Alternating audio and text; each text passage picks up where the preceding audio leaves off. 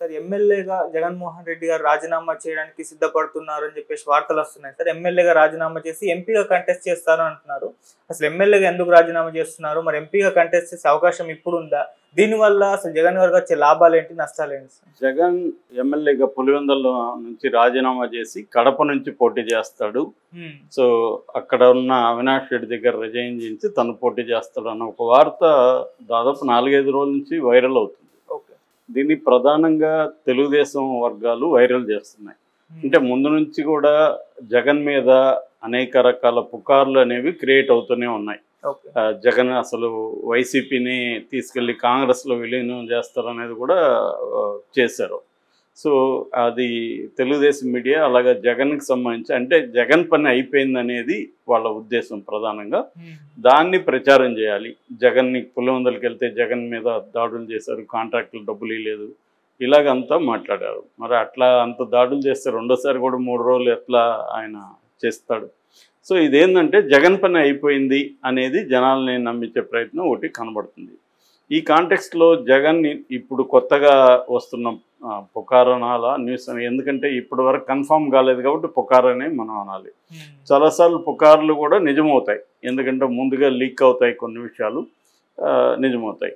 So అసలు ఈ పుకార్ రావడానికి బేస్ ఏంటి? ఏదో ఒక బేస్ అయితే ఉండాలి కదా. సో ఆ బేస్ ఏంటి అంటే జగన్ ఎక్కువగా పులివెందులకి వెళ్ళడం, ఇప్పటికి 2 సార్లు 3 రోజులు అక్కడికి వెళ్ళాడు. సో వెళ్ళి అక్కడ గడిపాడు. ఇంతకుముందు ఎప్పుడు కూడా అంత టైం అక్కడ స్పెండ్ చేసేవాడు. ఎందుకు ఇప్పుడు ఎలక్షన్లు అయిపోయినాక పులివెందులకి ఎందుకు అన్ని సార్లు వెళ్తున్నాడు? ఫస్ట్ టైము 3 సార్లు వెళ్ళాడు. మళ్ళీ ఇప్పుడు అంటే కనీసం వాళ్ళ నాన్న జయంతి 75వ జయంతి కాబట్టి అక్కడికి వెళ్ళాడు అనుకోవచ్చు. కానీ ఎక్కువ ఫోకస్ చేస్తున్నాడు అనే దాన్ని బట్టి ఈ వార్త లీక్ అయినట్టుగా మనకు కనబడుతుంది. అయితే ఒకవేళ ఇది నిజం అనుకుంటే ఎందుకు జగన్ రిజైన్ చేసి ఎంపీగా కంటెస్ట్ చేస్తున్నాడు అనే దానికి పాజిబుల్ ఆన్సర్స్ ఏమొస్తున్నాయంటే, ఒకటి జగన్ భారతిని కూడా రాజకీయాల్లోకి తీసుకురావాలి అనే ప్లాన్ చేస్తున్నాడు. అందుకని పులివెందులలో రిజైన్ చేసి భారతిని పులివెందుల నుంచి గెలిపించి భారతిని అసెంబ్లీకి పంపించి తాను పార్లమెంట్కి వెళ్దాం అనేది ప్లాన్. సో ఒకవేళ భారతిని తీసుకురావాలంటే ఇంకొక చోట ఖాళీ చేయించి భారతిని కూడా తీసుకురావచ్చు. తను కూడా రాష్ట్రంలో లేకపోతే వైసీపీ అనేది మనుగడ కష్టం కదా, తను పార్లమెంట్కి వెళ్ళిపోతే. సో ఈ లాజిక్ కొంత ఇబ్బందిగా ఉంది. భారతిని తీసుకురావడం వరకు ఓకే, కానీ తను ఎందుకు ఎంపీ వెళ్తున్నాడు? రెండవ కారణం చెప్తున్నది ఏమంటే అసెంబ్లీకి వెళ్ళడం జగన్కి ఇష్టం లేదండి. అది ఖచ్చితంగా జగన్కి ఇష్టం ఉండే అవకాశం లేదు. ఎందుకంటే వీళ్ళు ఉన్నది 11 మంది, రేపు ఇందులో కూడా ఎంతమంది రాలిపోతారో తెలీదు. 2-3 మిగిలితే వాళ్ళని వేసుకొని అసెంబ్లీకి వెళ్ళడం అంటే ఖచ్చితంగా అక్కడ హ్యూమిలేట్ చేస్తారు వాళ్ళు. ఆల్రెడీ గతంలో 2014లో 67 మంది ఉన్నప్పుడే 23 మంది లాక్కొని భయంకరంగా హ్యూమిలేట్ చేశారు. దాంతో అసలు జగన్ నేను అసెంబ్లీకి రానని చెప్పి ఆయన జనంలోకి వెళ్ళిపోయాడు.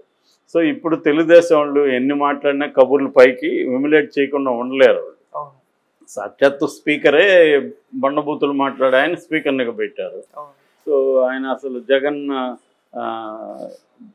ఓడిపోయాడు కానీ చావలేదని ఎవరో అంటే అవునవును బాగా చెప్పాడు ఈ పెద్ద ఆయన అని, పావుని అందుకనే చర్చ వరకు కొడతారు. ఇవన్నీ మాట్లాడిన వ్యక్తి రేపు జగన్ని అక్కడ మాట్లాడినిస్తాడా? జగన్ అవమానపరచుకుని ఉంటారా? ఖచ్చితంగా చేస్తారు. కానీ దాన్ని ఎట్లా ఫేస్ చేయాలనేది జగన్ చూసుకోవాలి తప్ప, అది ఫేస్ చేసి అవమానాలు జరిగినప్పుడు దాన్ని కూడా జనాలకి అర్థం చేయించి అప్పుడు బయటకు వస్తే కనీసం జగన్ పట్ల ఒక అంటే ఇతను ట్రై చేశాడు కానీ అక్కడ అవతల వాళ్ళు చేయలేదు అనేది వస్తుంది. అట్లా లేకుండా ముందే అవాయిడ్ చేస్తే ఖచ్చితంగా తన బాధ్యత నుంచి తను తప్పుకున్నట్టు అవుతుంది. ఒక ప్రతిపక్ష నాయకుడిగా జగన్ పని ఏమంటే ప్రజల సమస్యలను అసెంబ్లీలో కూడా ట్రై చేయాలి. అక్కడ ఒకవేళ కుదరకపోతే అప్పుడు జనంలోకి వచ్చి చేయొచ్చు, కానీ ఆ కుదరలేదనే విషయాన్ని కూడా అతను ప్రూవ్ చేయాల్సి ఉంటుంది. సో ఖచ్చితంగా అవమానాలు అనేవి గతంలో వీళ్ళు కూడా చేశారు కదా, వీళ్ళు చంద్రబాబుని భయంకరంగా ఏడిపించారు కదా వీళ్ళు. సో వైసీపీ ఏమి అవమానాలు చేయలేదా? రాజకీయ పార్టీలు అన్నాక ఖచ్చితంగా ప్రత్యర్థుల్ని వీలైన పద్ధతిలో ఇబ్బంది పెట్టడం అనేది ప్రతి రాజకీయ పార్టీ చేస్తాయి. ఇక్కడ ఎవరికేమీ దీంట్లో తేడాలు లేదు. సో కాబట్టి ఇప్పుడు జగన్ అసెంబ్లీకి వెళ్ళకూడదు కాబట్టి అసెంబ్లీకి వద్దు మనం పార్లమెంట్కి వెళ్దాం అనేది అనుకుంటున్నాడు అనేది వాదన. ఇది కూడా అంత కన్విన్సింగ్గా లేదు. అసెంబ్లీకి పోకపోతే ప్రజల్లో పాదయాత్ర ఇంకోటో నిరసన కార్యక్రమంలో వీటిలో ఉంటారు తప్ప పార్లమెంట్ కిందకి వెళ్తాడు అనే దగ్గర ప్రాబ్లం వస్తుంది. మూడవ ఇదేంటంటే అరెస్టును తప్పించుకోవడానికి జగన్ పార్లమెంట్కి వెళ్తున్నాడు. ఇది మోడీ నుంచే సలహా వచ్చింది, అంటే బీజేపీ పెద్దల నుంచే సలహా వచ్చింది. అక్కడ అసెంబ్లీలో అంటే అక్కడ అసెంబ్లీ ఎమ్మెల్యేగా ఉంటే చంద్రబాబు రేపు పొద్దున కేసులు పెట్టి ఇరికిచ్చే అవకాశం ఉంది. పార్లమెంట్లో ఉంటే కేసులు పెట్టినా కూడా నేషనల్ లెవెల్ అది ఇష్యూ అవుతుంది. కాబట్టి కొంత ఆయన కూడా అంత ముందుకొచ్చి కేసులు పెట్టకపోవచ్చు. కాబట్టి పార్లమెంటుకు వస్తే కొంతవరకు కేసుల నుంచి రక్షించుకోవచ్చు అన్న వాదన కొద్దిగా కన్విన్సింగ్గా అనిపిస్తుంది. ఒకవేళ ఆయన పార్టీ పక్కన పెట్టి తను ముందు జైలుకి వెళ్లకుండా ఉంటే కదా పార్టీ సర్వైవ్ అయ్యేది. సో తను జైలుకి వెళ్ళిపోతే పార్టీ సర్వైవ్ కాదు కాబట్టి తాను పార్లమెంట్లోకి వెళ్ళి తన బదులు భారతీయ అసెంబ్లీకి పంపిస్తే ఒకవేళ ఆయన అవమానించినా కూడా ఒక సింపతి వస్తుంది, ఒక విమెన్ని అవమానించారని అనే యాంగిల్ ఏమన్నా ఆలోచిస్తున్నాడు అంటే కొంతవరకు పాసిబిలిటీ దీంట్లో ఉంది ఈ థియరీలో. అంటే అరెస్టు కాకుండా జగన్ బయటే ఉండడానికి, పార్లమెంట్ ఎంపీ అయినా కూడా అరెస్ట్ కారనేది గ్యారంటీ ఏం లేదు, కానీ కొంతవరకు ఇది నమ్మశక్యంగా ఉంది. కానీ మరి అది చేస్తాడో లేదో తెలియదు. ఎందుకు ఈ థియరీకి చేస్తాడనే ఒక థియరీకి ఇంత వాల్యూ వచ్చిందంటే నిన్న మంగళగిరిలో వైఎస్ఆర్ 75వ జయంతి జరిగినప్పుడు దానికి చీఫ్ గెస్ట్గా రేవంత్ రెడ్డి అటెండ్ అయ్యారు. ఆయన మాట్లాడుతూ కడప జిల్లాలో ఇట్లా పుకార్లు ఇట్లా అంటున్నారు, కడపలో రిజైన్ చేసి జగన్ పోటీ చేస్తాడని, అట్లాగాని చేస్తే నేను షర్మిలాని గెలిపించే బాధ్యత నేను తీసుకుంటాను, అవసరమైతే ఇక్కడ ఉండి నేను ఇంటింటికి వెళ్ళి ప్రచారం చేస్తాను షర్మిలా గెలుపు కోసం, షర్మిల ఖచ్చితంగా గెలుస్తుంది అనేది ఆయన మాట్లాడాడు. అంటే మరి రేవంత్ రెడ్డి కూడా అలాగ మాట్లాడాడంటే ఉప ఎన్నిక జరగబోతుందని నమ్ముతున్నారా అనేది.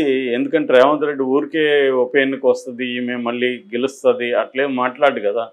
సో ఏదో మొత్తానికి ఐడియా జగన్ దగ్గర ఉన్నట్టుగా మనకి అర్థమవుతుంది. సో ఇది ఏమన్నా జరిగితే మాత్రం ఇట్ విల్ బి ఇంట్రెస్టింగ్. ఎందుకంటే ఆల్రెడీ చంద్రబాబు ఇండైరెక్ట్గా సిగ్నల్స్ పంపిస్తున్నాడు.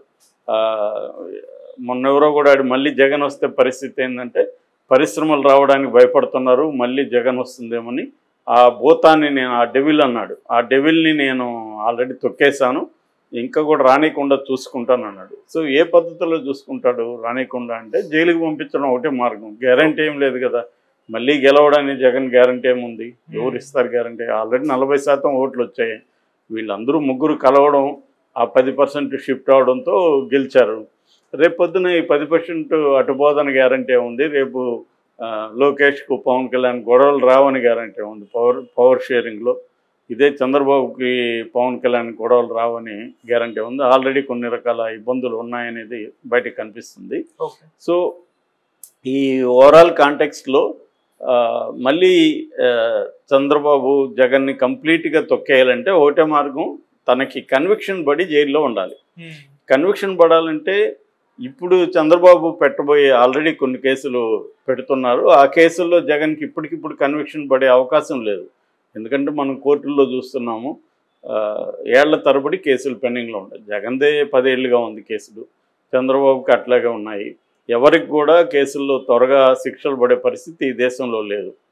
సో అందువల్ల జగన్కి ఇప్పటికిప్పుడే ఈయన పెట్టే కేసులు ఏమీ పడదు. మహా అంటే ముందస్తు కొద్ది రోజులు జైల్లో ఉండొచ్చు. చంద్రబాబు ఎలాగైతే 52 రోజులు ఉన్నాడో జగన్ కూడా 1 నెల 2 నెలలు 3 నెలలు పెట్టగలరు మహా అంటే.